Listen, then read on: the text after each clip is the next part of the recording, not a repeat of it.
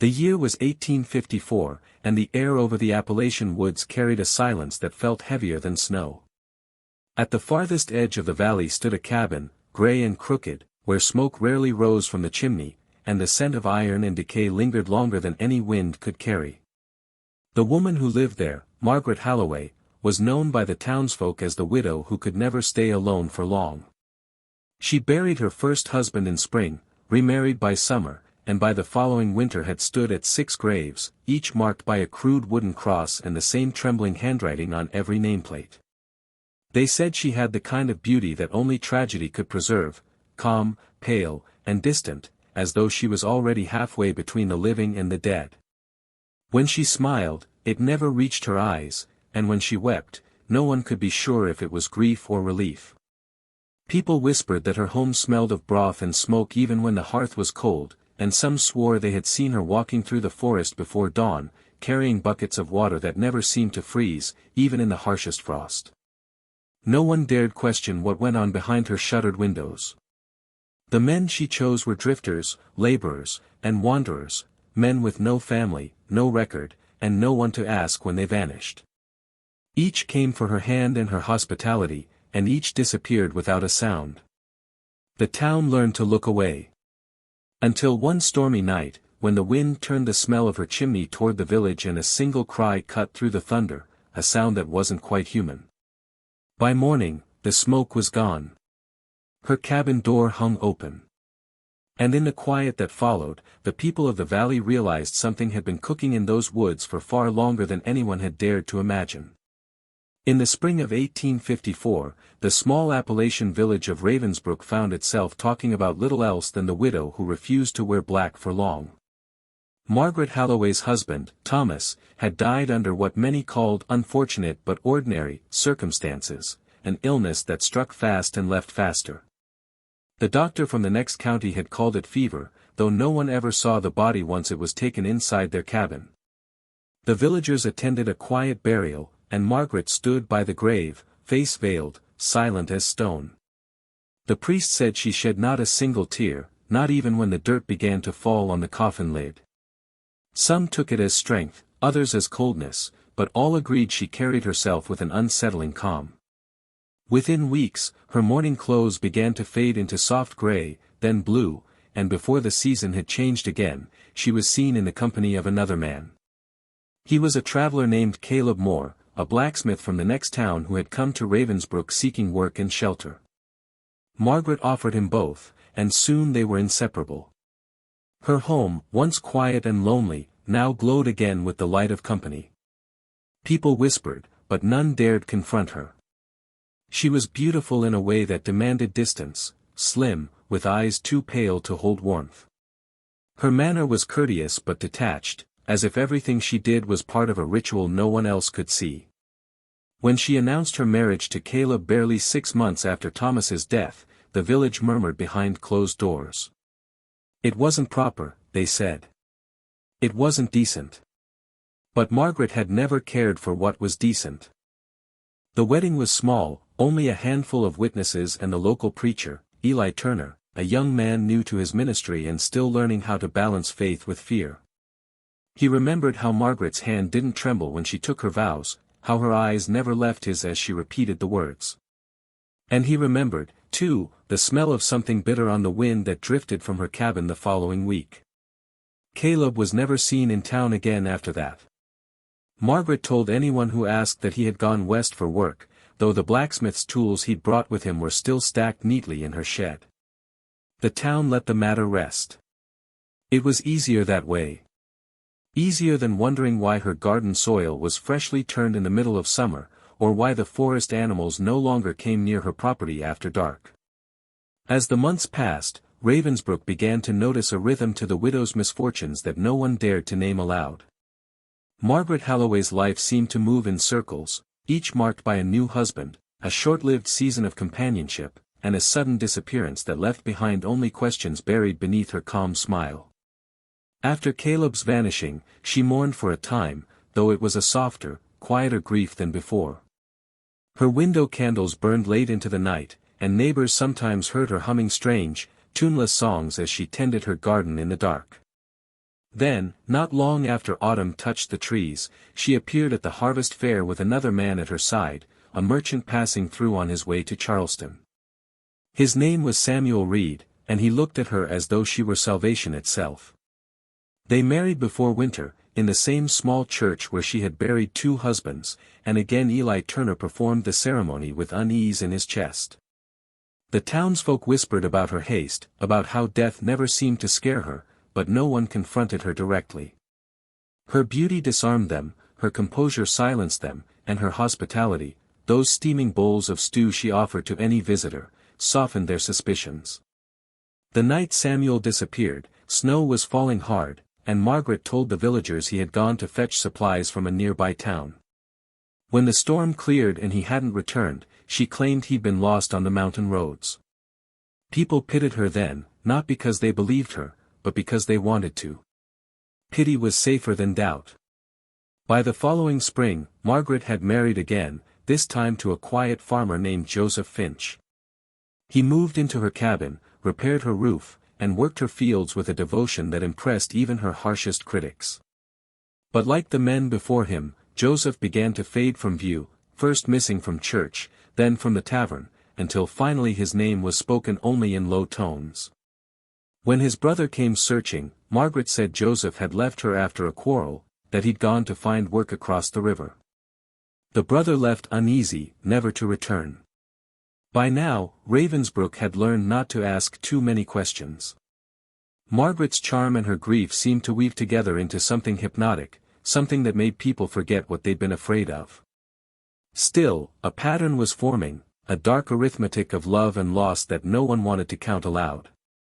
7 men in a single year, each vanishing as though swallowed by the woods, and only one constant remained, the widow who kept cooking her suppers alone, her chimney smoke curling upward long after midnight.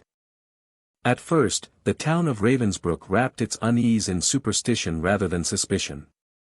People whispered that Margaret Halloway was cursed, touched by misfortune or haunted by something her late husband had left behind. It was easier, somehow, to believe in a curse than in a killer. In a place where death was a familiar visitor, tragedy did not always need an explanation, and the widow's quiet composure was mistaken for endurance. She attended church faithfully, brought baked bread to neighbors in mourning, and spoke with a voice so soft that it smoothed over the cracks of every dark rumor that tried to form. The townsfolk told themselves that God was testing her, that no woman could endure such loss without divine reason. And so, they pitied her instead of fearing her. When the 4th husband vanished, the whispers began to take on new shapes. Yet even then, the people of Ravensbrook were reluctant to accuse. It was not their way to interfere in a widow's grief or question what went on inside her home.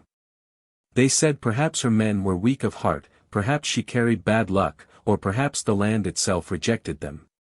In the stillness of rural life, gossip was as much a shield as it was a weapon, and Margaret seemed to know exactly how to turn it in her favor. She never defended herself outright, never denied or confessed, she simply smiled that small, distant smile and said, "The Lord gives and the Lord takes away." That was enough to silence most tongues. There were others, though, who began to see something colder beneath her gentleness. A shopkeeper's wife claimed that Margaret's eyes never reddened with tears, not even at funerals. A child swore she had seen the widow speaking softly to her cauldron as if it were alive. A hunter passing her cabin at dusk said he smelled something burning, sharp and metallic, though no smoke came from the chimney. Still, fear made cowards of them all. It was easier to cling to the notion of bad luck, to say she was hexed by fate rather than tainted by choice. No one wanted to believe evil could live so quietly among them, dressed in mourning lace and speaking with a voice like prayer. So they comforted her, visited her, and broke bread in her home, never daring to look too closely at the heavy pot that always simmered in the corner, or to question why the scent of her stews seemed to linger longer than memory itself. In their willful blindness, the villagers turned away from the truth forming in plain sight, content to believe that Margaret's curse was misfortune, not malice, never realizing that each visit they paid her was another step closer to her fire.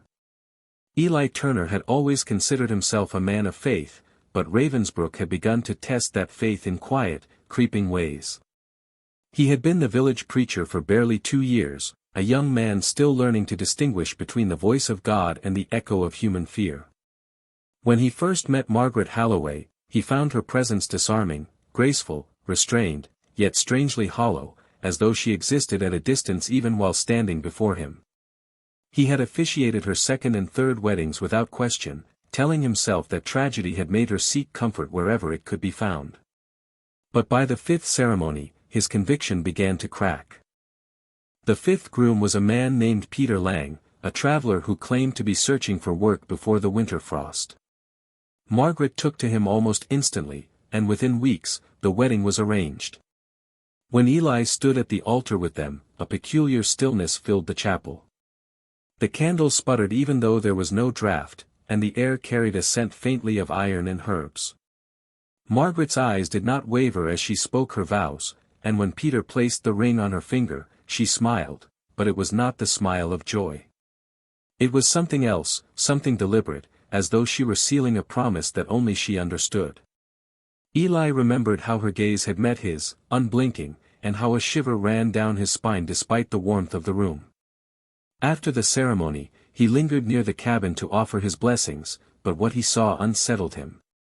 Through the window, he glimpsed Margaret standing over a large cauldron, her face illuminated by firelight. Peter sat at the table, uneasily watching her as she stirred something thick and steaming.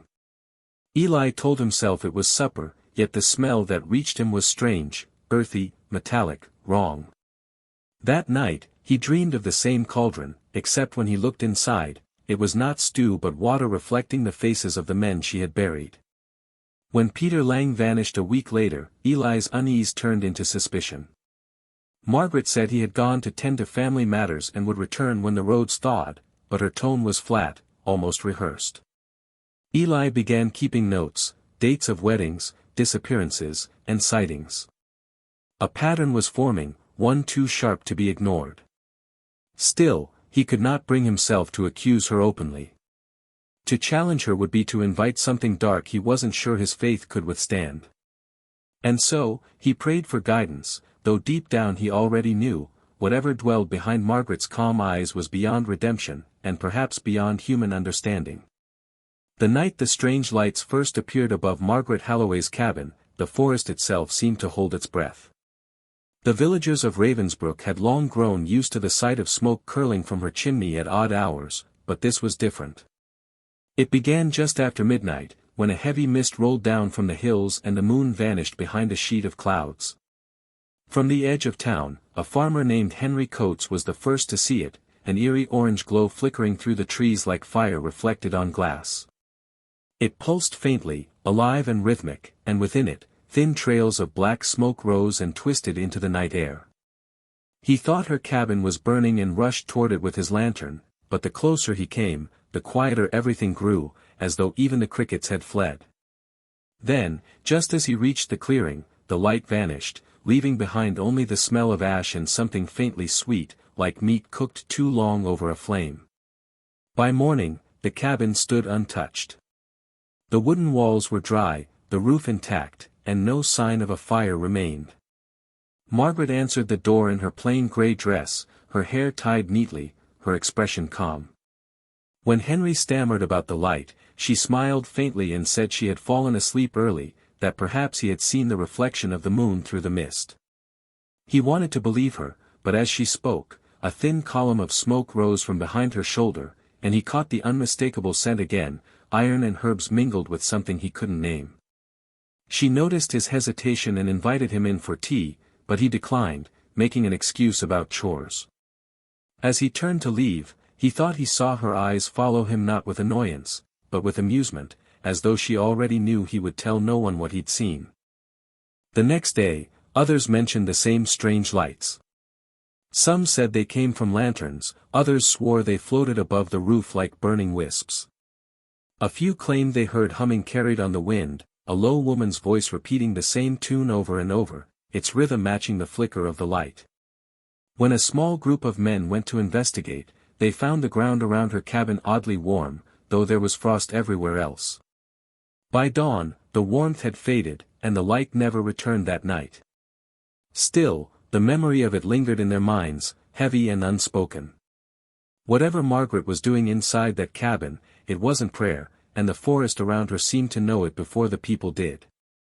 When the hunter named Amos Brewer strayed too close to Margaret Halloway's cabin, it was not curiosity that drew him there but the simple chase of a wounded deer. He had been tracking the animal since dawn through the frost-tipped underbrush, the snow crunching softly beneath his boots. By late afternoon, the trail led him deeper into the woods than he had ever gone before, to a place where the trees grew so close together they muffled even the wind. That was when he smelled it, the unmistakable scent of cooked meat, thick and sweet in the cold air, mingled with something faintly metallic.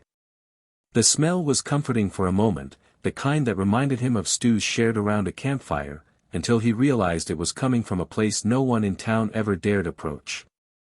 The widow's cabin stood just beyond the trees, its crooked roof half hidden by smoke curling lazily from the chimney. Amos crouched low, watching the light flicker through the window. It wasn't the steady glow of a lantern but something that shifted, pulsing brighter and dimmer like the breath of a living thing. Then came the sound, a low, rhythmic humming that made the hairs on his arms rise. It was a woman's voice, soft and drawn out, singing a tune that had no words, only the weight of something old and mournful. He crept closer, his curiosity battling his fear, until he was close enough to see through a crack in the window frame. Inside, Margaret stood beside a massive cauldron suspended over the fire. The flickering light painted her face in shades of gold and shadow, her expression distant, almost serene. She moved slowly, stirring with a long wooden paddle, her voice never faltering in that strange melody. For an instant, Amos thought he saw something unnatural, a glimmer of pale bone rising briefly to the surface before disappearing again beneath the bubbling liquid. His breath caught, and the floorboard beneath him gave a faint creak.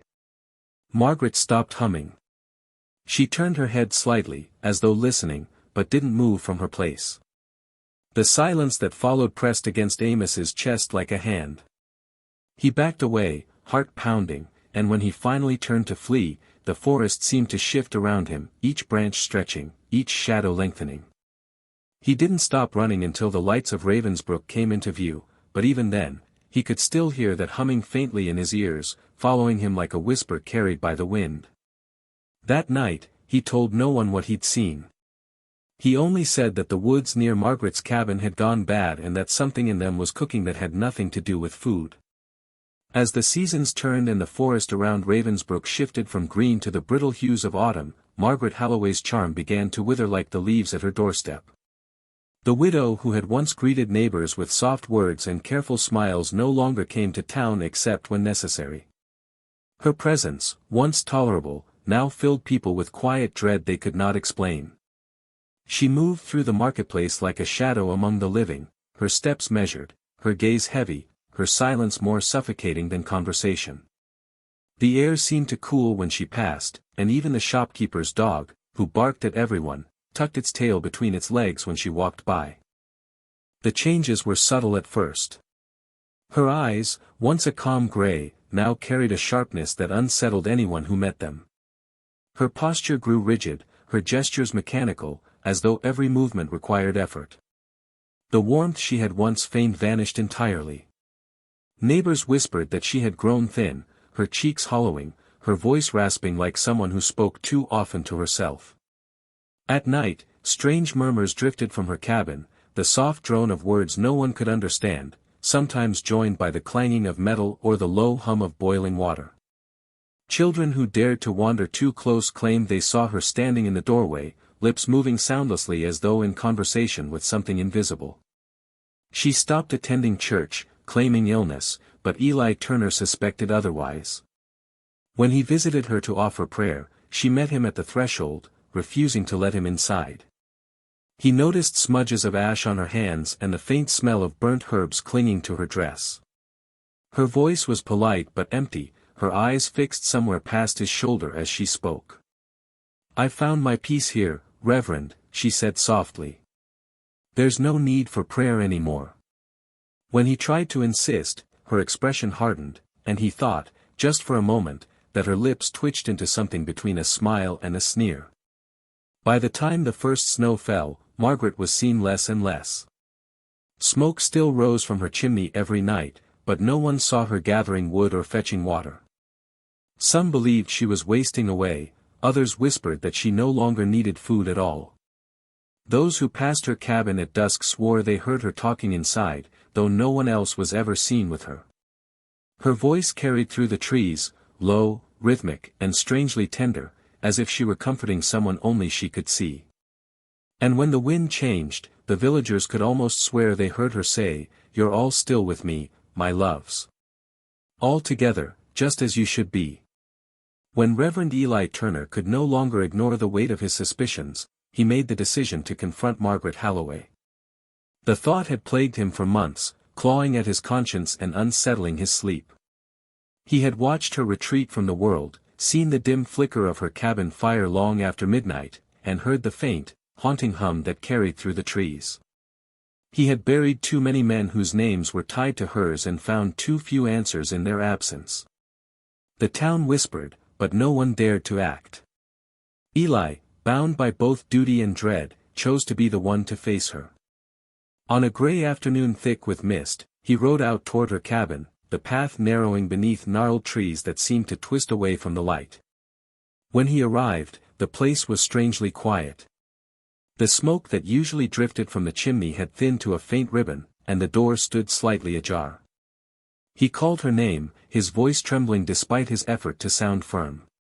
She appeared from the shadows of the cabin, her hands clasped before her, her expression unreadable. The years of grief, or whatever it was that had taken hold of her, had changed her.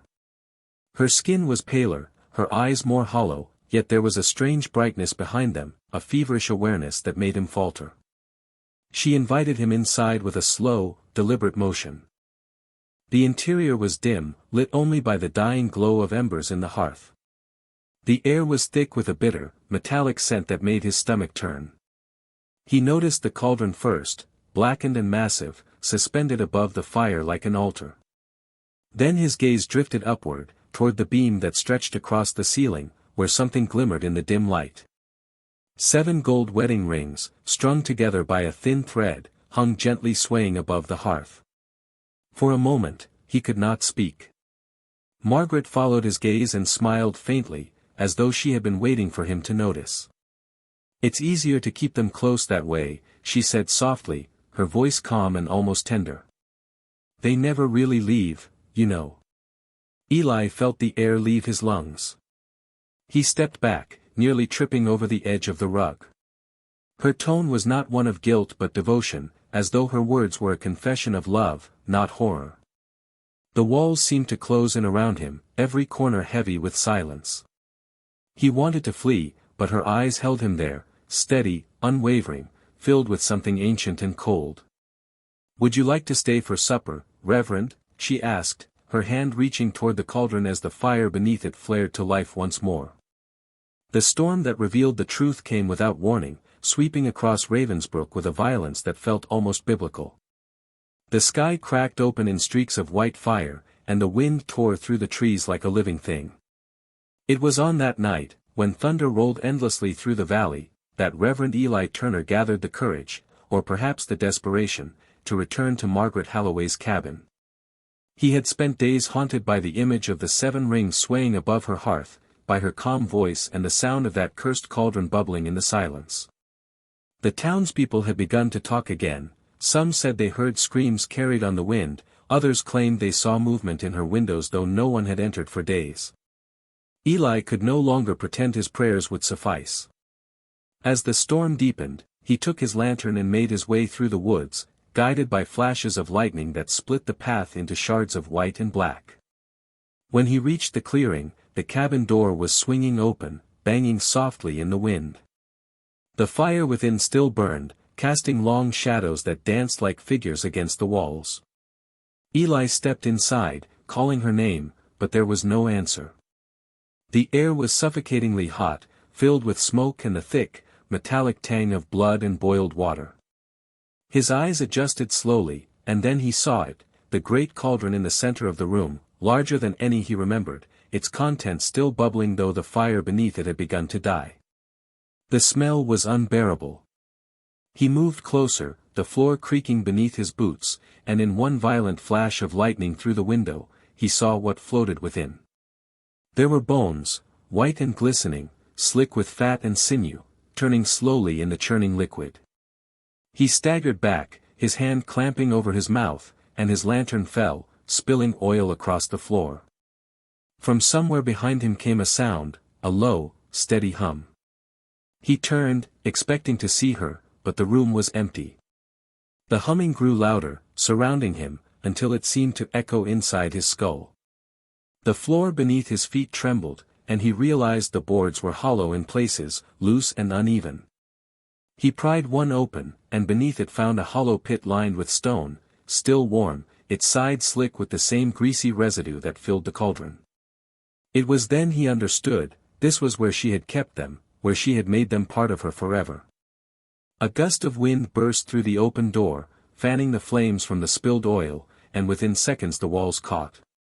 Eli fled into the rain as the cabin burned, the thunder masking his cries. When the storm passed by dawn, nothing remained of the house but ashes and the warped shape of the cauldron, still steaming in the ruins. The morning after the storm, the people of Ravensbrook gathered at the edge of the forest, drawn by the scent of smoke that still lingered on the wind. Where Margaret Halloway's cabin had once stood was now a charred hollow, blackened earth still hissing from the night's rain. Nothing remained of the walls, only fragments of scorched timber and the twisted iron shape of the cauldron that had refused to melt in the fire.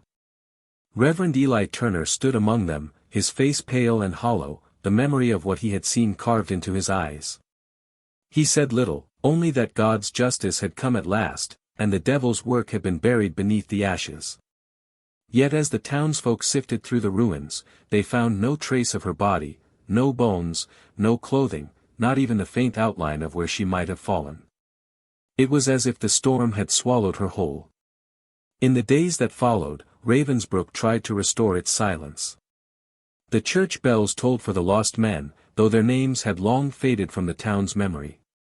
The preacher's sermon spoke of redemption and mercy, but each time he mentioned the word forgiveness, his voice would falter. People stopped asking what had really happened that night. They wanted to believe that evil had perished in the fire, that the land could breathe again. But the forest seemed changed, its quiet heavier, its shadows deeper. Animals avoided the clearing where her cabin once stood, and travelers spoke of a strange warmth that lingered there even in winter, as if the ground itself still simmered beneath the surface. Months turned to years, and the story of the widow became legend. Some said she had been taken by the storm, her soul carried off to atone for her sins. Others swore she had escaped into the woods, waiting for the world to forget her name. Children dared each other to visit the clearing on moonless nights, claiming they could hear the faint sound of a spoon scraping against iron. Hunters returning late from the forest sometimes spoke of seeing a dim light flickering between the trees, like fire caught in motion, and when thunder rolled across the hills, that light always seemed to pulse in rhythm with the storm.